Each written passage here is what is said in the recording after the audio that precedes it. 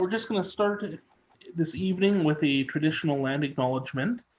The Lethbridge Public Library acknowledges that we are gathered on the lands of the Blackfoot people of the Canadian Plains and pays respect to the Blackfoot people past, present, and future, while recognizing their cultural heritage, beliefs, and relationship to the land. The city of Lethbridge is also home to the Métis Nation of Alberta, Region 3. I'd like to welcome everybody and thank them for coming tonight. We have our special guest, Shari Lapena. Shari Lapena is the internationally best-selling author of the thrillers The Couple Next Door, A Stranger in the House, An Unwanted Guest, and Someone We Know, all of which have been New York Times and Sunday Times bestsellers. Her books have been sold in 35 territories around the world, and prior to trying her hand at fiction, she was both a lawyer and an English teacher, and she's now currently living in Toronto. Thank you so much for joining us, Shari. Oh, my pleasure. So, your newest novel is The End of Her, and I thought we'll probably focus a lot on that tonight. For those in the audience who haven't had a chance to read the book yet, could you describe what it's about? Sure. It's really about a couple who have a pair of newborn twins with colic, and so the parents are very sleep deprived. And into this situation comes a woman from the husband's past. And what happened before was the husband's first wife died, and it was thought to be a tragic accident. And this woman from the past comes along and says, actually, he murdered his wife. And so the whole book is really the question throughout the whole story is, did Patrick actually murder his first wife, or was it in fact one of these tragic accidents? So I'm sure we'll talk about the nature of that tragic accident and how, it's a really perfect murder if that's what it was.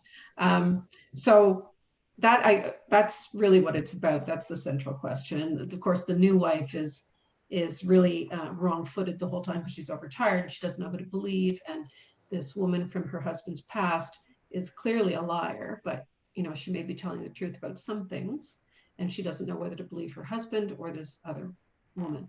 So it's one of those books where you don't know who to believe, and I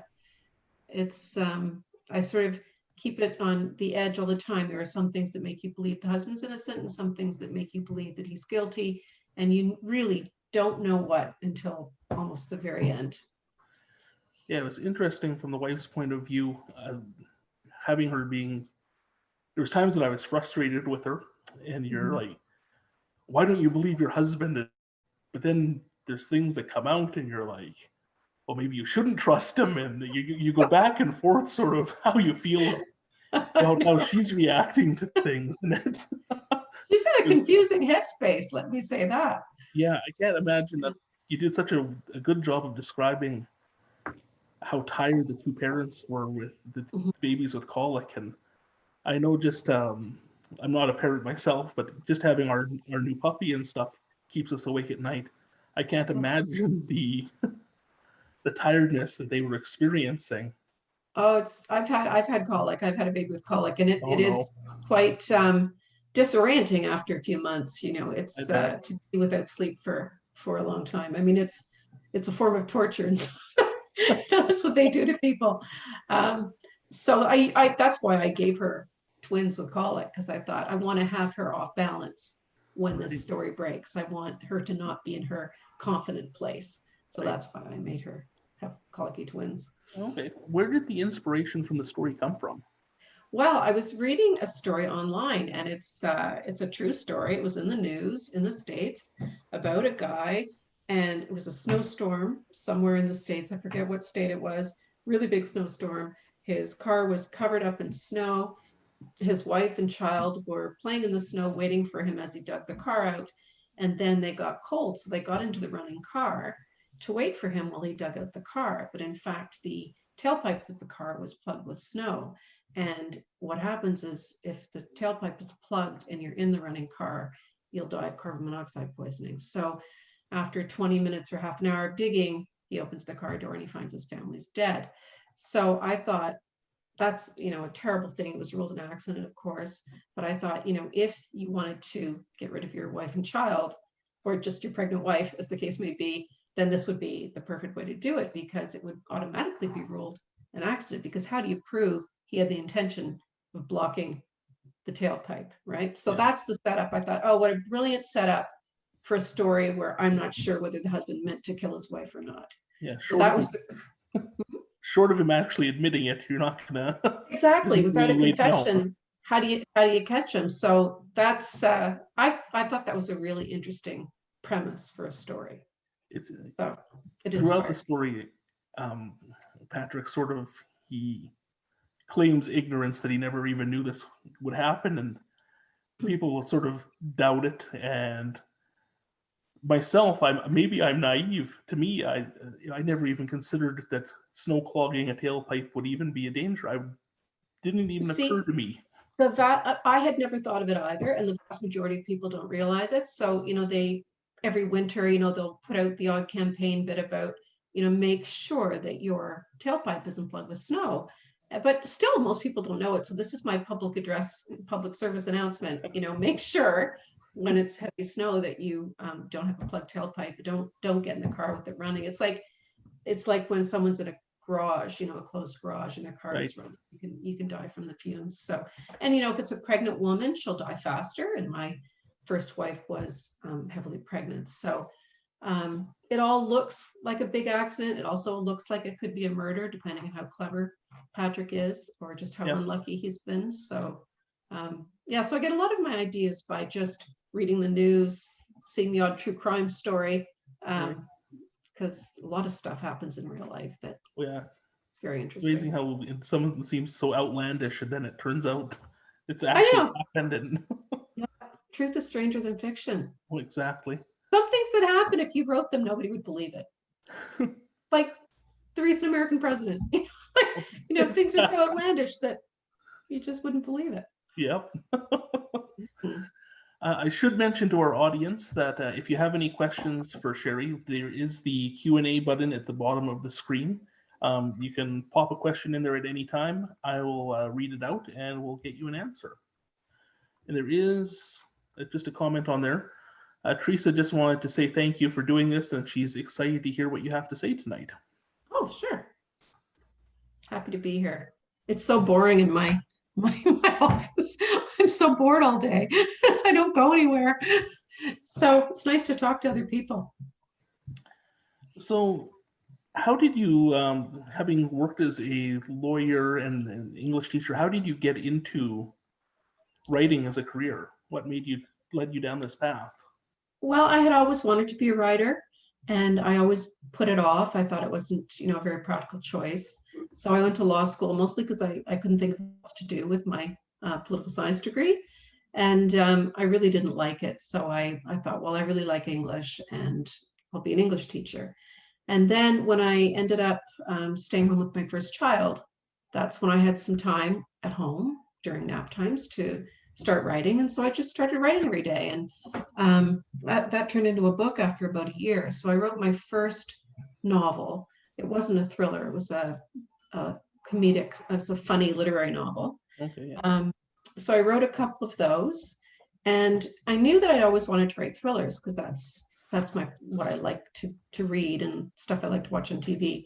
And so I had put off trying to write a thriller because I didn't think I'd be able to do one because I don't plot.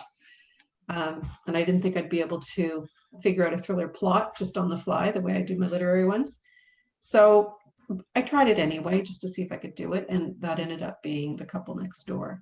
So it worked. I mean, to this day, like right now, I'm in the middle of editing my 6th thriller. And I don't know how I ever wrote the first draft with all these twists without a plan, but I just did it.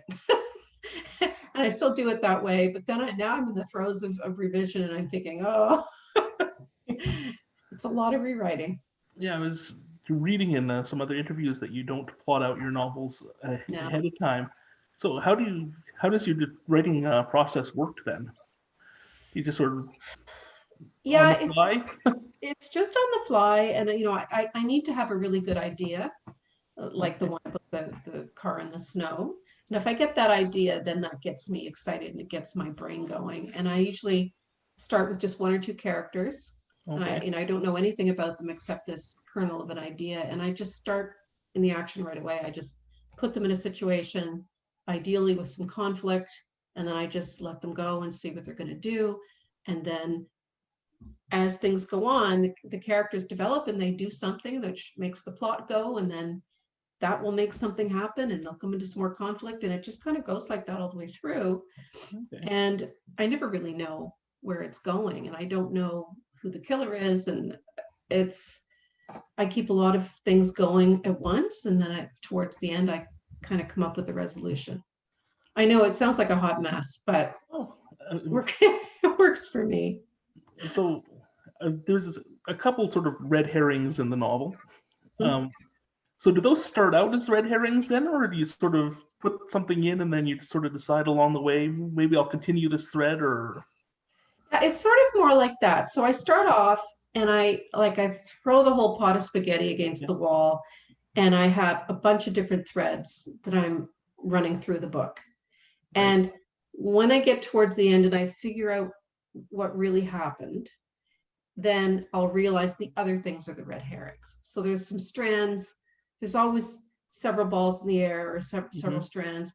And one of them will be the true, what really happened. The others will be red herrings. Okay.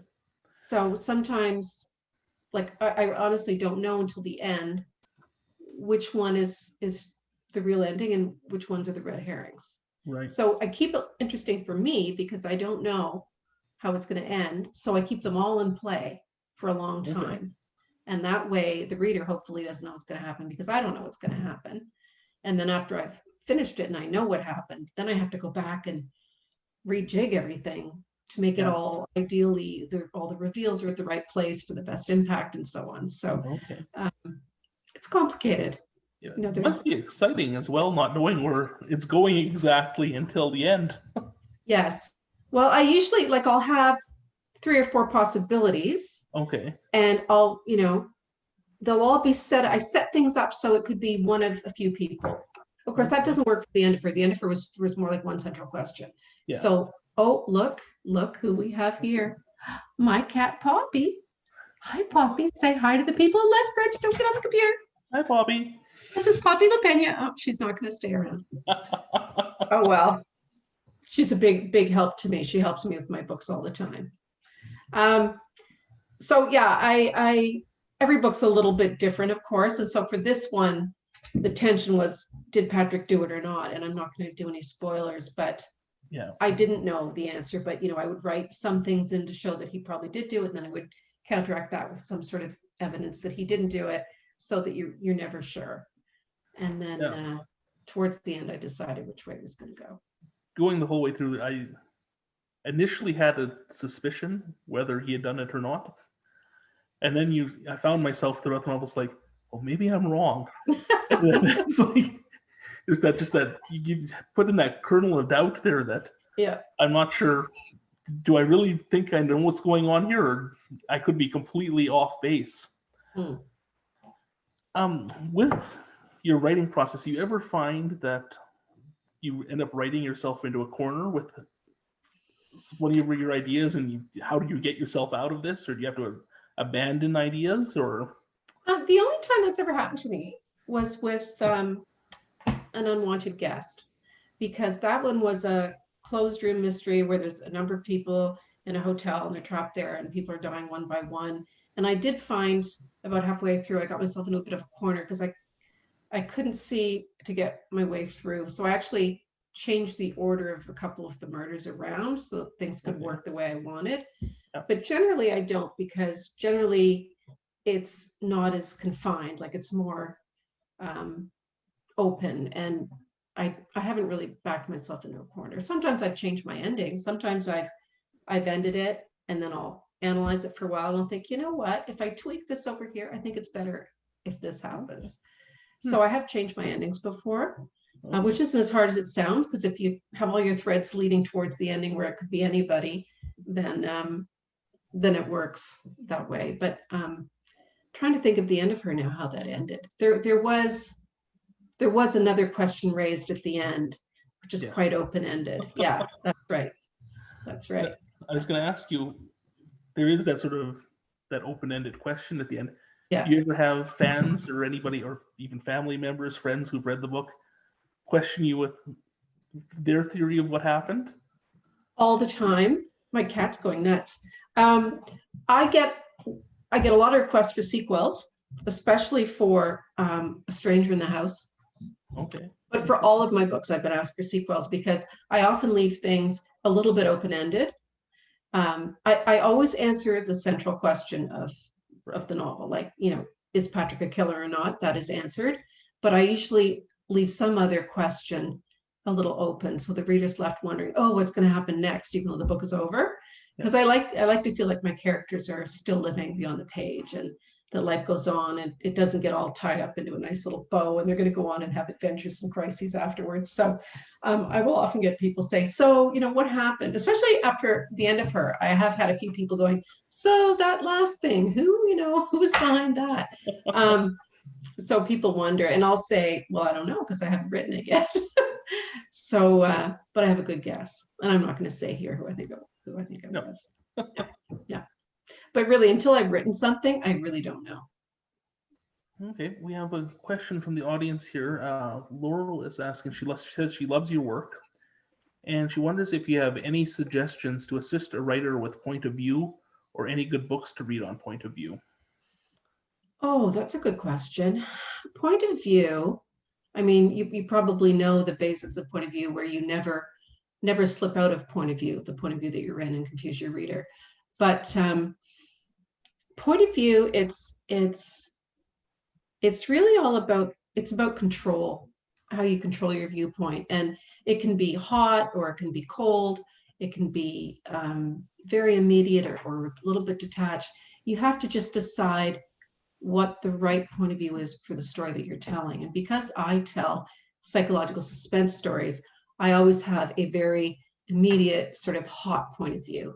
And it's easier if you have a hot emotional point of view and you cool it down afterwards, than writing with a really cold point of view and then trying to enliven it later. Mm-hmm. So yeah, so I typically, if you read my books, I usually use the third person point of view, but it's the third person limited point of view, where I go in and I get really close and deep into that point of view. So you feel as if you're in their head the same way as you would with a first person point of view. But with first person, you are very limited. You're limited to what that person knows. So some thriller writers get around that by using several first person narrators in a book, which can be done too. So really, right now, there are no rules, especially in thrillers. There are no rules about how, point of view that you must use. You don't have to just use first person if that's what you're using. You can use a bit of first person plus a bit of third person plus a bit of omniscient. You can do whatever the heck you want in a thriller. You just have to do it well. That's right. Yeah. And as far as books go, the best book on writing that I know of that people often recommend, well, there's two. There's the Stephen King on writing, and it's called On Writing, I think. It's by Stephen King. And it's very good, but I can't remember if he specifically talks about point of view. There's also another book by Jane Burroway. Okay. I forget what the book is called, but it's Burroway, Burroway, and you'll find it if you look it up.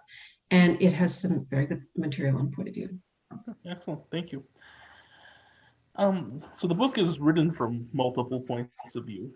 Was there a favorite character that you like to write from their point of view? For some reason, I often like to write from the man's point of view, and I don't know why that is, but I guess maybe because often it's the man. Actually, in my books, it's often the woman too who are the bad guys. So in my book, everybody's a bad guy. Like, often people say I don't have any nice characters. They all have issues. But I do enjoy getting into the husband's point of view. Okay. And I do enjoy the bad women as well. So I can't really say, like, when I wrote Someone We Know, I really had a fondness for the teenage boy in that book. Okay. I thought he was really fun. And when I wrote A Stranger in the House, I really loved Bridget across the street. So it just depends on the book who my favorite character is. Some people I really get into, and I just, I really like them. Okay. So as you mentioned, a lot of the characters in the end of her They're not very nice people. No. They all have a lot of flaws. How does that affect the writing process when you're writing them? Is it easy to write characters like that? Does it make it harder? Or I think it's easier. I think if you're trying to write psychological suspense and everybody's really nice, yeah, there's not much tension or suspense. So it's much easier to keep a book rolling if the characters have, secrets and flaws and bad things that they're doing. I think it's kind of, it's kind of expected. I mean, my books do have a lot of, characters with issues who aren't the nicest people sometimes, but, they're crime novels and they're suspense novels, and they're not everyday nice people. They're not people you really want to know. no. No. Erica in particular it just seems throughout the book, her level of evil just keeps sort of ratcheting up and up and up as we go along. Did you almost take it as a challenge to see how far you could push that boundary and how evil you could make her? It's a bit of a challenge. People love Erica, and I made her pretty evil. And it's funny you say ratchet up the tension, because that there's that Ratchet show on Netflix now about Nurse Ratchet, the horrible person, and she's so evil I can't watch it, but I can write these people, but I don't even want to watch that. It's the only hard thing is to try and you have to make them evil but still make them believable, right? So you can't go too over the top. Like, you've got to make them evil, but you've got to still embed it in as much realism as you can so that people believe it. It can't be too over the top. Okay. Sort of to go back to your favorite point of view and favorite character in the book, does it change who your sort of favorite person is? Like you said, you liked writing from the husband's point of view. Does it change if you look from the writing process to looking back at looking at the finished book? Does that change at all, or do you still prefer the husband? I think it changes more depending on where I am in the book, where I'm in my head in terms of who I think might have done it. Right. And I'm trying to figure out what happened. And I like to get into, my favorite scenes are the conflict scenes where there's dialogue between the two people and they're finding things out about each other. So I like to go back and forth in the two heads, and it's like they're in a fight and I'm fighting both sides. So when the book's over, to be honest, there's so much rewriting and so much structural change that it feels like it's almost a different animal by the time I'm done, because I write the first draft in just a whoosh, just sort of a really fast kind of my ideas flowing out, and then I really have to make them, perfect. Yeah. So the book, by the time I've done all my rewrites, and there's many, many, many of them, I'm so sick of it that I don't like any of it anymore. It's just the way it is for me. So we have another question from the audience here. Diane is asking, what is your writing schedule like? Oh, well, there's my ideal writing schedule, and then there's my real writing schedule. So ideally, I like to be at home with an empty house, which hasn't happened obviously in many months. All, perfectly quiet, nice clean house, just me and my cat, start about 9 o'clock and write until about 1. That hasn't been happening lately. Right. I can write any at the time of day, but I am way better in the morning. I'm not good creatively at night, but when I'm under time pressure, I can do it. And when I'm revising, I spend longer days than I do when I'm writing a draft. Has the pandemic affected your writing process a lot, or? It hasn't affected my process, because my process has remained the same. I start with my idea and I write my draft, and then I rewrite endlessly. But I did write this one more slowly, the one I'm working on now, which is called Not a Happy Family, and it's going to be out next summer. I wrote it more slowly. Instead of writing about 1,500 words a day, I was only really writing about 1,000 words a day. And I think partly I was distracted by the news, the pandemic, and just having a house full of people, everybody at home. So I just wasn't as productive. But now I'm sort of back into my old level of productivity, probably because I have to be, because I have a deadline. So I think a lot of writers have found it difficult to concentrate. Yeah. And hard to read. I found my reading, I couldn't read for a couple of months. I was just watching the news all the time, and then that came back, and now I'm, in terms of my work, and I'm all back to normal. But mood wise, I'm a bit disappointed in the way things are going. Like, it's a tough time for a lot of people. It's interesting that you mentioned not being able to read. Like a year ago, I did a book challenge. I read 100 books in a year, and then this past year, I think I've read 3 books. You know what? I've heard that from so many people, and it happened to me too. Like the first 3 months, it was really hard to focus. And I don't think that's unusual. I think a lot of people found that. And I found a lot of writers haven't been able to write, but a lot of people haven't been able to read.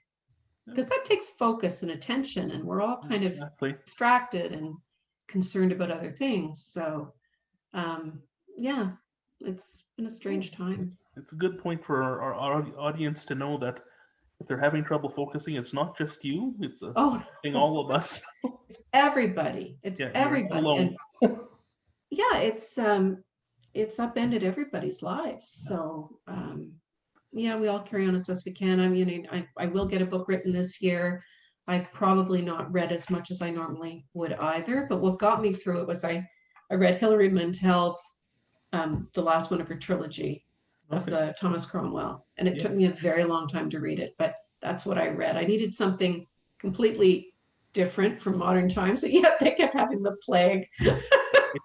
So, and his children all died of the plague, and I'm thinking maybe this isn't the right book for right now, but anyway, I persisted. It's funny.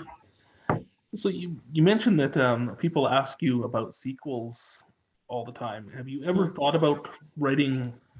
There's a lot of different detective novels, series and stuff out there. Have you ever thought of doing a thriller series? Or I've thought about it. Maybe a sequel, but not likely, because when I'm usually done with a book, I'm usually done with the book. Right. But the problem for me is series in general are based on the investigators. Right. Because if you focus on the people, the non-investigative people, just the people who are victims of crime, they're not going to continue every year to be the victim of another crime. You know what I'm saying? I like to focus on the people who are affected by the crime rather than the police. I mean, I'll have detectives in my books usually, but they're not the focus. I'm really interested in the individuals who are not the police. So I can't really make a series out of them. Yeah.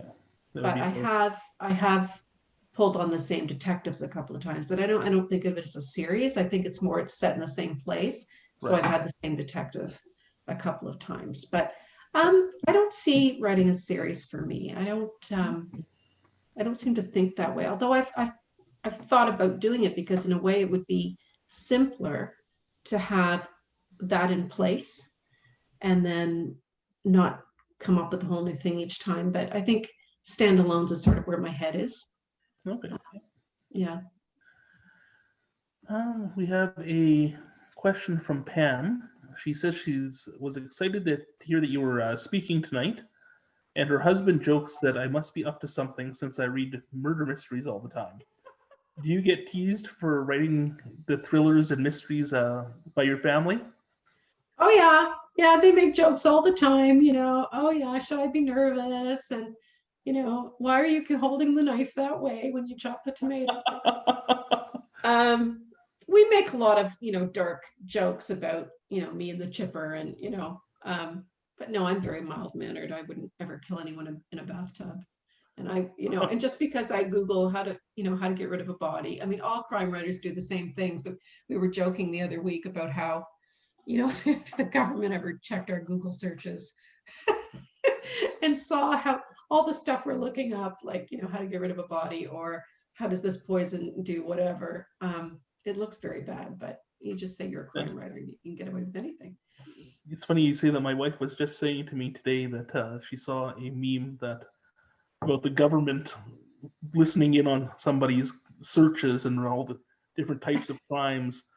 And then they looked and saw that they were also looking at cat memes for 12 hours a day. So it was all right. They're just a writer. That's right. All the writers love cats. Well, most of them love cats, and we're always looking up evil things. So No, I always say it's the same with librarians. There's the 3 C's of librarians: cats, cakes, and cardigans are the 3 C's of librarianship. So I'd make a good librarian then. yeah, you would. Mm-hmm. We have somebody, an anonymous attendee, who asks if you've ever written any poetry. No, I have tried to write poetry and I totally suck at it. But my second novel, before I started writing thrillers, I wrote a book called Happiness Economics, which was about a poet, because I love poetry and I love poets. And that book was a very funny book about a poet who was married to an economist and they didn't understand one at all. And I had some poetry in that book. And because I was trying to write poetry as a poet and I'm so bad at it, I ended up using someone else's real poetry and getting permission because I can't write poetry. I really admire poets though. So if you're interested in poetry, read Happiness Economics. It's got some good poetry in it. I really admire them there, even with using different rhyme schemes, and not that all poetry uses rhyme, but it's just so, I would never be able to do it myself. It's that it distills everything into such a small unit. Like a novel is like a big baggy elephant, and a poem is like a little gem, and they're very, very different things. Now, some people can do both, but sadly, I'm not a poet. Yeah. But crime writers are seldom poets. Really. Roses are red, violets are blue. I'm going to kill you, and I can't even make that work. Jeez, that's pathetic. That's pathetic. So Patricia asks, which authors do you most like reading? Oh, that's a good one. Well, out of it lately, I read a lot of crime writers. Lately, I've been into Denise Minna. I was like Ruth Ware, Gillian McMillan. I love Anthony Horowitz's novels. And I just started this new book. It's not out yet, called The Push by Ashley Audrain. Okay. And it's really good. It's coming out, I think, in January, and it's chilling. So I read very widely. I don't just read crime. I also read historical. I read nonfiction, mostly about psychopaths or how to disappear, or things like that. Dysfunctional families are big. I like to read memoirs about dysfunctional families. So yeah, I mean, you can probably see I've got my books here. I have lots of books. Steve Kavanaugh, Linwood Barkley, all those thriller people are up there. Yeah. Yeah, I'll admit, when you were off camera before we started, I had my head craned. Oh yeah. It's like, I wonder what's there that might be interesting. Yeah, I got lots of stuff. I got Leanne Moriarty. I got spy novels. I got all kinds of stuff up here. A lot of thrillers. And I have a lot of literary stuff too, and a lot of nonfiction. I've been reading American politics this year, stuff like that. So, yeah. Okay. So the title of your book is The End of Her, and it works on a couple of different levels. Once you've read the whole story, how do you come up with your titles? Titles are super, super hard. The first title, The Couple Next Door, I came up with. And it's funny because everybody misunderstood that title. All my titles have double meanings. So The Couple Next Door was about, everyone thought it meant the couple next door to the couple that lost their baby. It was the nefarious couple. But really, when I thought of the title, it referred to the couple the story was about. They could be any couple, just the couple next door with the baby that went missing. Yeah. But all of my other titles, we have a whole team that tries to come up with titles because they're so hard to come up with, because when you think you've come up with just the most brilliant title for a thriller on your subject, it's already taken. Because they have to be short and punchy, and they have to convey a feeling in just a few words, and most of those are taken already. So it's really hard to come up with a good title. Yeah, it's amazing. And I thought, I think the first one was the only one I ever came up with. The rest of them are all my marketing team or my agent or my editor, or yeah. This one took a long time to come up with. It's amazing when I go through book lists for ordering things and the number of books that do have the same titles. You see things reoccur all the time. And I know. Well, we always Google, we try to make sure that no one else has got the title. Not only do we make sure that no one's had the title, we have to look forward and see if anyone else is planning on coming out with that title, Right. you know? Because it's a kiss of death to have the same title as someone else. It's not good. So titles are very hard to come up with. And the other thing is the same title may work well in one, like in Britain, but not work well in the North American market. it's true. So it has, we often get a title that's, the Americans really like, the British say won't work for them, or vice versa. So it takes a lot of figuring. So what made you decide on domestic thrillers as your chosen genre to write in? Do you see yourself branching into other genres in the future, or? I think I'm going to stick with thrillers and crime and suspense. I'm thinking about maybe moving away from domestic a bit. I started off with the couple next door just because I just had this idea about a couple who took their baby next door and just took them left the baby at home and took the monitor next door. Because I just thought that was a cool idea, and then if the baby went missing, the parents would feel terrible. So I like my characters to feel terrible and also to be guilty of doing the bad things. So and it's also something I would never ever do. So I just had that idea, and so that became the couple next door. And then I guess somehow I just got into domestic suspense, and so I've been writing that ever since. But I think more in terms of I think of myself as a psychological suspense writer, not necessarily domestic. I think my publishers, people think I'm domestic suspense. That's what I've been writing, but I'm really more interested in, the psychology of everything. I might branch out. It doesn't have to be husband and wife. Right. Okay.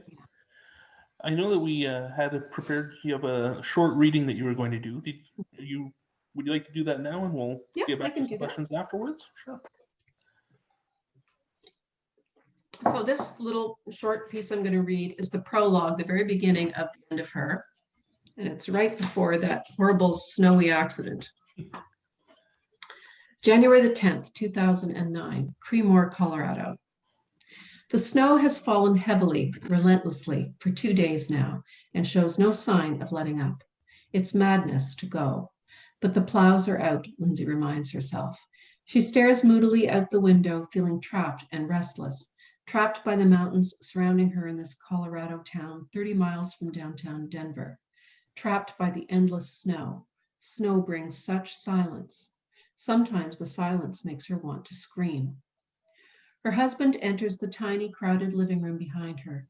The space is cheaply furnished, the teetering bookshelves held together with screws. All set? Patrick asks as she turns and looks up at him, her hands resting on her huge, pregnant belly.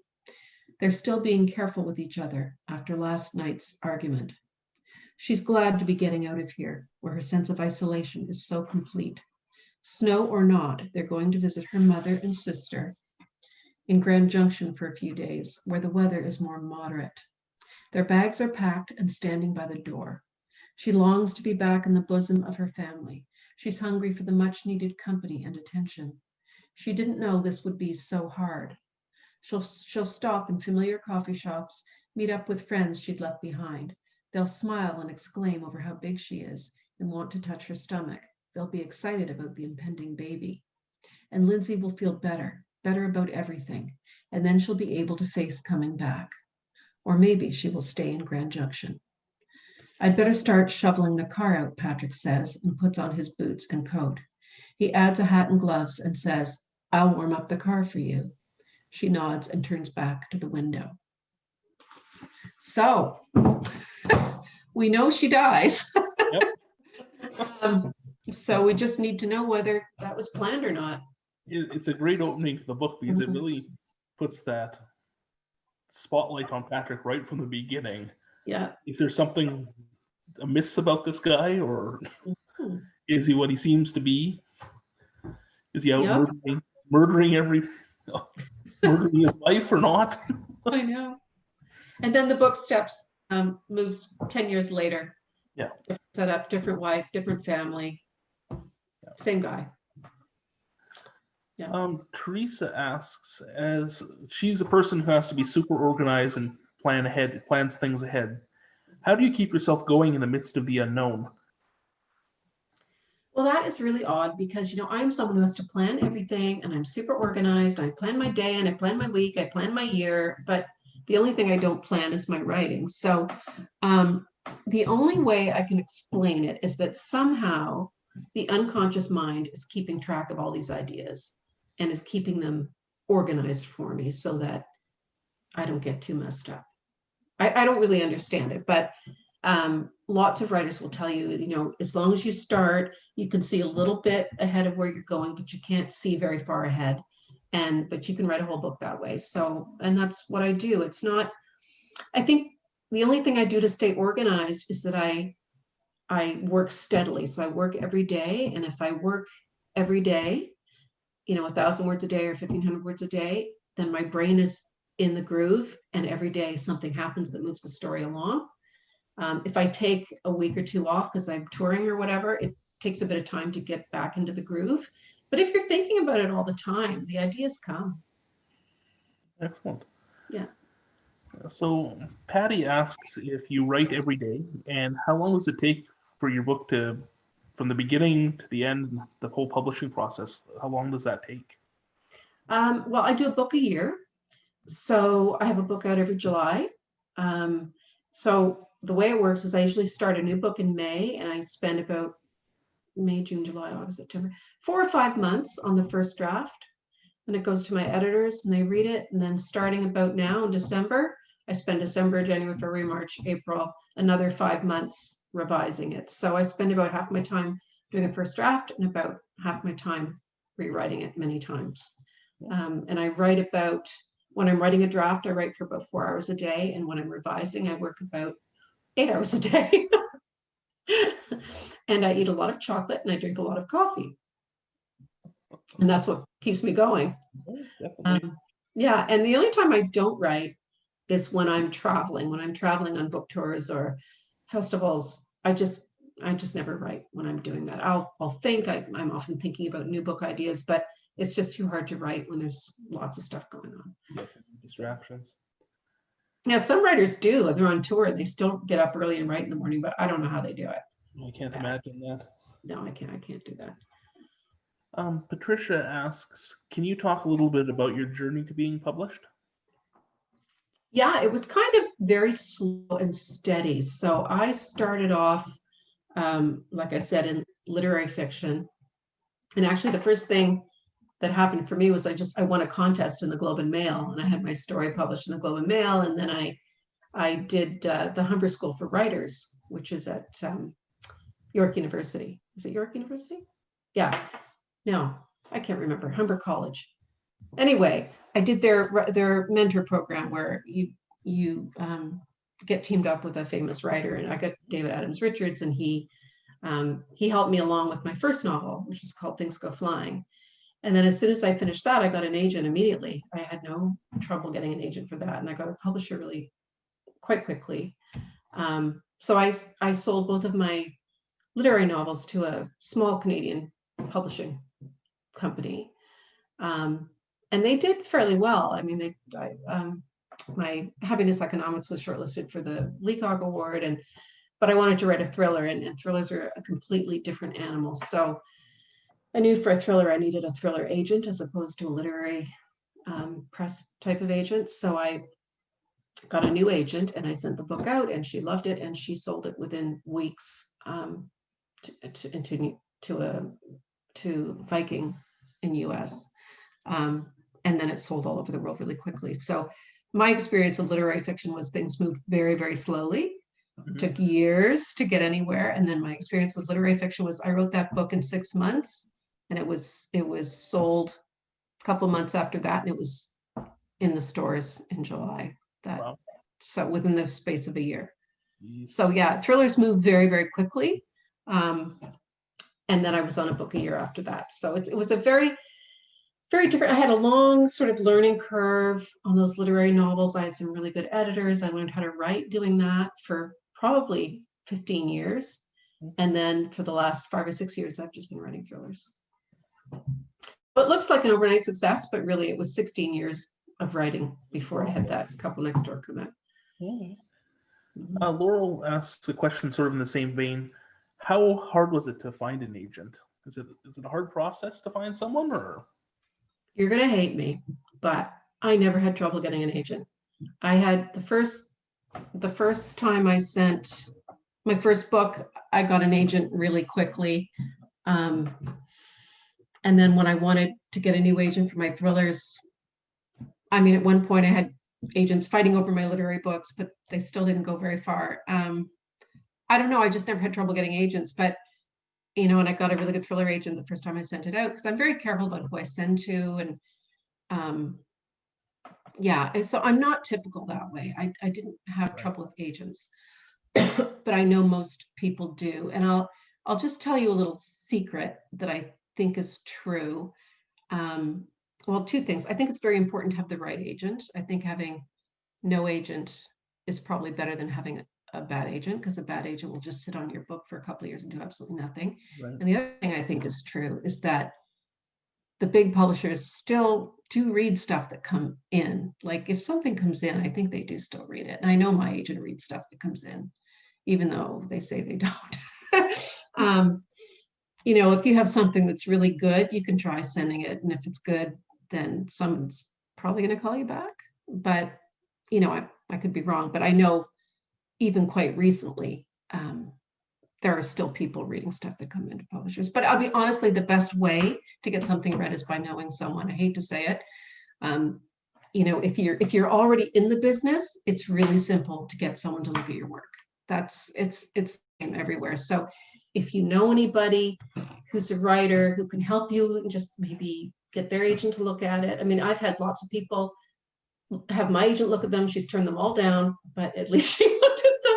So it's don't be shy about asking people for help. What helped me was I went to the Toronto Public Library. I don't know if you have this in Lethbridge, but we used to have this writer in residence program where they would have, like in Toronto, they would have a really well-known writer, and you could send your manuscript in, and then they would meet with you until you had to improve it. And I met a couple of very good writers that way, and they helped me quite a bit. So any way you can get a foot in the door like that, it can be very, very helpful. So it does seem like it's just a big closed door everywhere, but once you start to know people and get them to look at stuff, it makes it easier. But it's easy saying that when you're already in. Right. It's hard to get your foot in the door. I appreciate that it is hard. Yeah. But I mean, I would suggest, speak to people who teach writing in the universities, go to your library, there's all kinds of ways to avail yourself of good writing help. But don't pay anyone to publish your book, because that's just bogus. Don't do that. Don't pay an agent, or don't pay an agent. Yeah. The library did have a writer in residence last year, and I know that we're looking again in the coming year to see if we can get proper funding and everything to have some. Oh, they're fantastic. I went to all the ones that were at the Toronto Public Library, and they were hugely helpful. I had Eliza Clark did a whole group where we had a writing club set up, and Dennis Bach was really great. And I think Helen Humphreys did one. They were hugely helpful to me, and they all met with me personally and all encouraged me. And, I met lots of people that way who are still writing. So I think those things are superb. And I imagine there's been a lot of lost funding for those sorts of things over the years. But 20 years ago, that was a really good avenue. Yeah, hopefully it's something we can continue in the new year. Yeah. So stay tuned just for an announcement, possibly. Yeah. So in the novel, you have a scene where one of the characters is taking a lie detector test. Yes, that was fun for me. How do you find the experts to get information on these sort of different things that you might not personally know much about? How do you go about finding people to help you with that research process? That's really hard. I have to say, that is really hard. One of the hardest things about writing crime is it is very technical. Like there's even the way phones work now and the forensics and everything and how the police work. It's all so complicated and it's very difficult. And I don't have a lot of experts. I have a couple of very good forensics people that have been hugely helpful to me. And one of them I found because she found a mistake in my book and she actually contacted me through my agent and said, I'm really sorry, but they would never have found this fingerprint there because it would never happen. Would you like some help on your next book? And I said, yes, please. But when the pandemic is over, I'm going to meet her in England and buy her a drink because she's been helping me on my new book. But what I really need is, I think I mentioned this before on a Zoom thing recently, is I need a really good friend who's a detective in New York. That's what I need, but I don't have that. So as far as the lie detector test goes, a lot of stuff you can find online. So I did a lot of Googling about lie detector tests, and I watched, there was a Fifth Estate show, I don't know if you remember, but I was really interested in the Barry Sherman and the Honey Sherman murder case. And W5 did a really interesting show where they put Carrie Winter, the cousin, on W5, and then he did a lie detector test right on the TV, like, did you kill your Uncle Barry? And oh, it was fun. Anyway, so I just watched that, and you know, they hook everything up, and I did a lot of reading about it. And I did a lot of reading about how you disrupt them, like how you can beat a lie detector test. And there's all sorts of ways. Like one way they used to do was they would put a tack in their shoe, and you would, on the control questions, you would hit yourself with some pain to skew the results. But then they started making people take their shoes off. So I think, did I have my guy bite his cheek? I can't remember what I did now. Yeah, okay, that's one way. And that's not a spoiler because he had other reasons to want to foil the lie detector test. Mm-hmm. So anyway, that was interesting because I watch a lot of true crime, and I watch forensic files. There was a really interesting case once about these two women, and one of them was a criminal and victimizing the other, and it wasn't clear who was lying, like who the bad guy was. And one of them passed the lie detector and one of them failed. And as it turned out, the results were opposite of the truth. So the one who passed was actually lying, and the one who didn't pass was actually telling the truth. So they're not always reliable. No. But the police do rely on them, although the courts can't. But the police effectively do. If you come in and pass a lie detector, they basically let you go. Yeah. It's funny, whenever I read about lie detectors and stuff, I always think of Seinfeld and George Costanza and how he says it's not a lie as long as you believe it.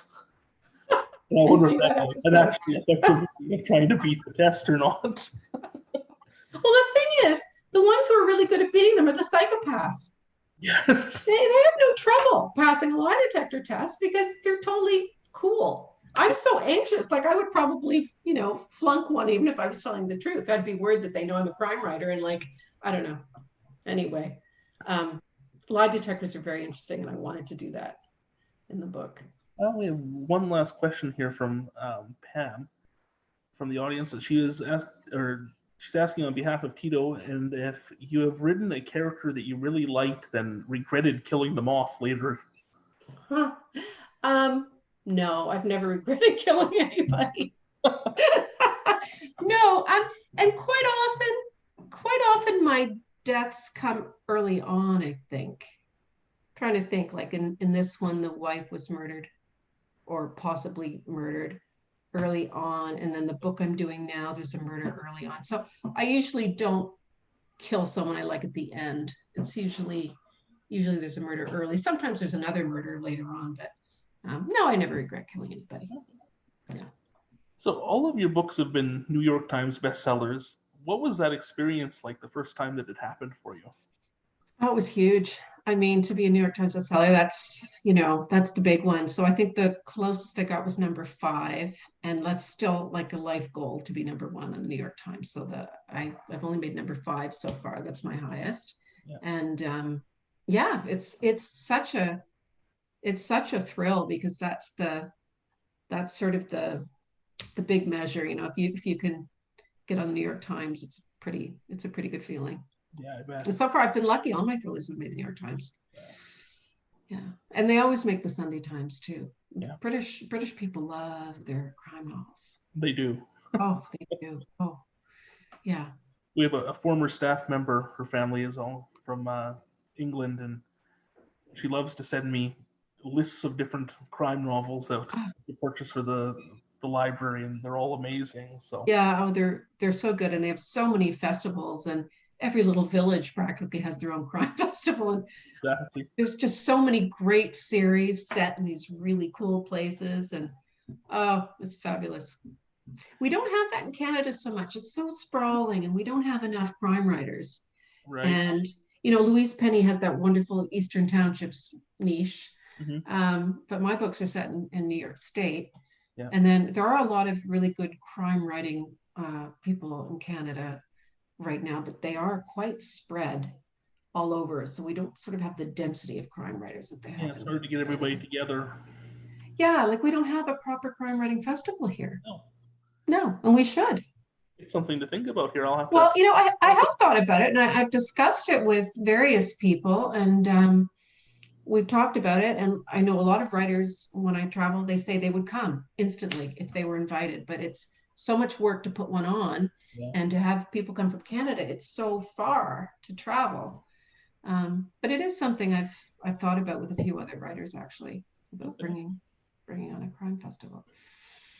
So my last question was for you about what you have upcoming. You mentioned that you have a new book coming out this coming summer. What can you tell us about it? Well, it's called Not a Happy Family, which is, an understatement. None of my families are happy.